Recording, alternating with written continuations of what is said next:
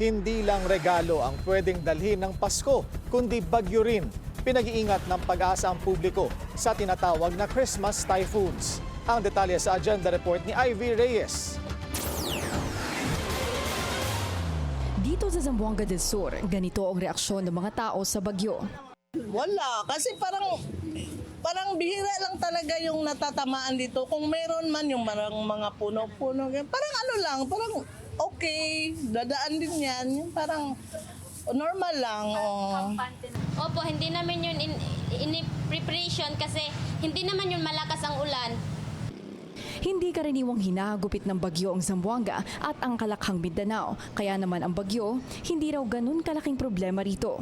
Tuwing Hunyo at Hulyo, kung kailan palagi may bagyo, maingay ang disaster preparation. Pero babala ng DOST Pag-asa, ang dapat bantayan ng pamahalaan ang tinatawag nitong Christmas typhoons. Sa pag-aaral ni Senior Weather Specialist Joseph Vasconcillo, tumaas by 480% ang mga bagyong nararanasan ng Mindanao at 210% naman sa buong Pilipinas mula 1984 hanggang 2021.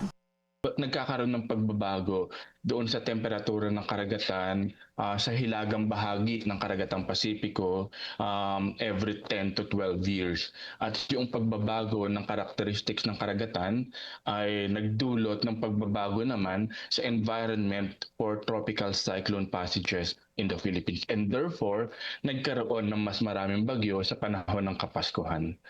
Hindi raw masyadong napagtutuunan ng pansin ang Christmas typhoons dahil nasa ilalim daw ito ng less active category. Ibig sabihin, namumuo at dumadaan mula Disyembre hanggang Pebrero. Ang ganitong pagtingin sa bagyo, false sense of security raw kung tawagin. Anong ibig sabihin po nito ng false sense of security?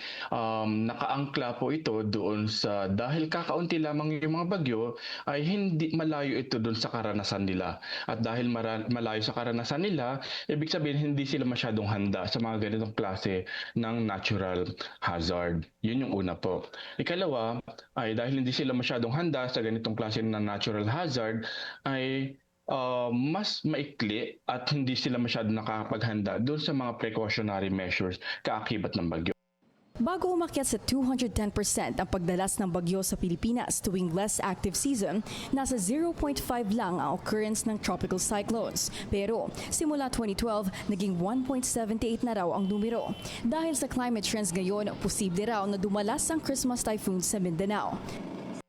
6 to 19 typhoons ang inaasahan ng Pag-asa bago matapos ang 2025. Ang payo ng ahensya, seryosohin ang banta ng Christmas typhoons dahil maraming kayang baguhin ang pagbabago ng panahon. Isa na rito ang seguridad sa sakuna.